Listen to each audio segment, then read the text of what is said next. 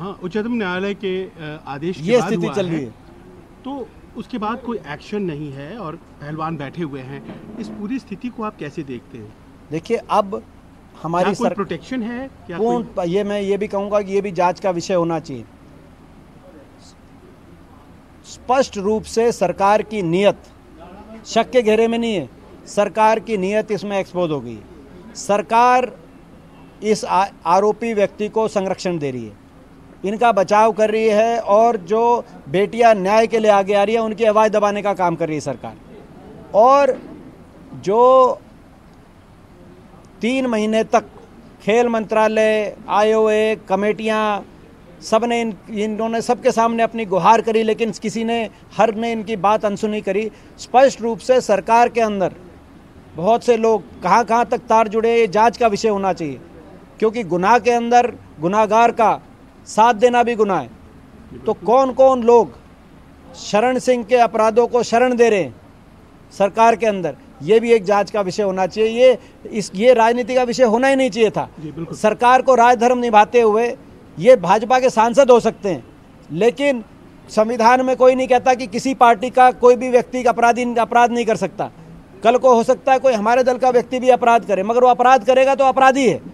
और भाजपा के सांसद ने कोई अगर अपराध किया है तो भारतीय जनता पार्टी को पूरी सरकार की तंत्र झोंक के उनको बचाव की बजाय हमारी बेटियों को न्याय दिलाने की तरफ सरकारी तंत्र को राजधर्म निभाना चाहिए था, जो नहीं हुआ। जी, मेरा आखिरी प्रश्न ये है कि एक आरोप भी लगाया गया और जाहिर है कि ये निशाना आप पर था कि चूँकि आपके समुदाय से सारे पहलवान जो प्रोटेस्ट कर रहे हैं वो आते हैं, तो आप उनका उस तरह से साथ दे रहे हैं, और ये दरअसल 2 राज्यों के बीच लड़ाई बनाने की कोशिश की जा रही है, उनका ये आरोप भी है।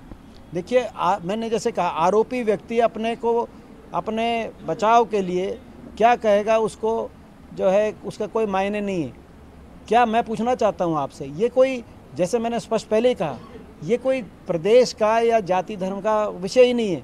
देश में कहीं भी किसी अगर हमारी बेटी के सम्मान की कोई बात आएगी तो हम खड़े होंगे, और आप भी खड़े होंगे, मुझे पूरा विश्वास है, क्योंकि बेटी की इज्जत कोई धर्म जाति के दृष्टि से कोई नहीं देख सकता।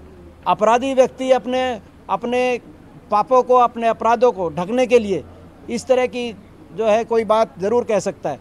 और मैं इनका भी कहना चाहता हूँ, दोषी व्यक्ति की भी कोई जाति धर्म प्रदेश नहीं होता। कोई ये कहे कि भाई कोई एक आदमी ने उत्तर प्रदेश में अपराध कर दिया तो उसकी वजह से कोई उत्तर प्रदेश की जनता नहीं, या कोई धर्म जाति, ये तो अपराधी व्यक्ति है। और मामला आपराधिक जो है ये मामला है, मामला सरकार की नीयत का है। सरकार, भारतीय जनता पार्टी की सरकार, हमने बार बार देखा है, कोई भी भारतीय जनता पार्टी से संबंधित कोई व्यक्ति अगर कोई अपराध करे, हमने बार बार देखा है कि उस पर कार्रवाई। अभी जो है उत्तर प्रदेश में आपको याद होगा, लखीमपुर खेड़ी में अजय कुमार मिश्र टेनी, उनके जो सुपुत्र हैं और जो कुपुत्र कहिए उनको, उन्होंने अपनी गाड़ी के तले 9 आदमियों को रौंद दिया।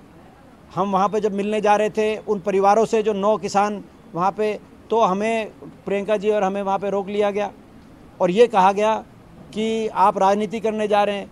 तो वो जब रौंद रहे थे 9 निहत्थे किसानों को अपनी जीप के नीचे, तब राजनीति नहीं थी। लेकिन उनके घरों में जाके हम, ऐसे ही हमारी बेटियों के साथ क्या हुआ, आज पूरा देश शर्मसार हो रहा है। जब हम उनके धरने पे समर्थन करने गए तो ये कह रहे हैं कि हम राजनीति कर रहे हैं।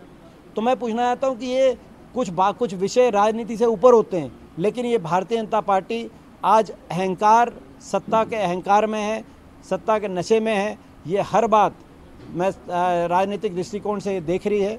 इसका परिणाम, इनके अहंकार का परिणाम इनको आने वाले समय भुगतना पड़ेगा। मैं सरकार से अभी भी कहना चाहता हूँ, न्याय और राजधर्म सरकार निभाए।